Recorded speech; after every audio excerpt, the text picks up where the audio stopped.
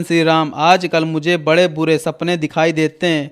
दिन में वज्रपात के साथ साथ बड़ा भयंकर शब्द करने वाली उल्काएं भी गिरी हुई दिखाई देती हैं। श्री राम, ज्योतिषों का कहना है कि मेरे जन्म नक्षत्रों को सूर्य, मंगल और राहु नामक भयंकर ग्रहों ने आक्रांत कर लिया है। ऐसा अशुभ लक्षणों का प्रकट होने पर प्रायः राजा घोर आपत्ति में पड़ जाता है और अंतोगत्वा उसकी मृत्यु भी हो जाती है। अतः रघुनंदन, जब तक मेरी चित्त में मोह नहीं छा जाता तब तक ही तुम युवराज पद पर अपना अभिषेक कर लो। और क्योंकि प्राणियों की बुद्धि चंचल होती है, आज चंद्रमा पुष्य में एक नक्षत्र पहले पुनर्वसु पर विराजमान है, अतः निश्चय ही कल वे पुष्य नक्षत्र पर रहेंगे, ऐसे ज्योतिषी कहते हैं। इसीलिए उस पुष्य नक्षत्र में ही तुम अपना अभिषेक करा लो।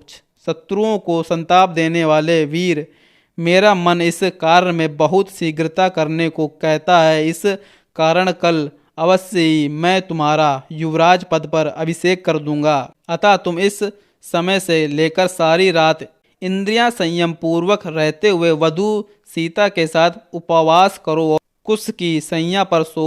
आज तुम्हारे सुहृद सावधान रहकर सब ओर से तुम्हारी रक्षा करें, क्योंकि इस प्रकार के शुभ कार्यों में बहुत से विघ्न आने की संभावनाएं रहती हैं। जब तक भरत इस नगर से बाहर अपने मामा के यहाँ निवास करते हैं तब तक ही तुम्हारा अभिषेक हो जाना मुझे उचित प्रतीत होता है। इसमें संदेह नहीं है कि तुम्हारे भाई भरत सत्य पुरुषों के आचार व्यवहार में स्थित हैं, अपने बड़े भाई का अनुसरण करने वाले धर्मात्मा, दयालु और जितेंद्रिय हैं।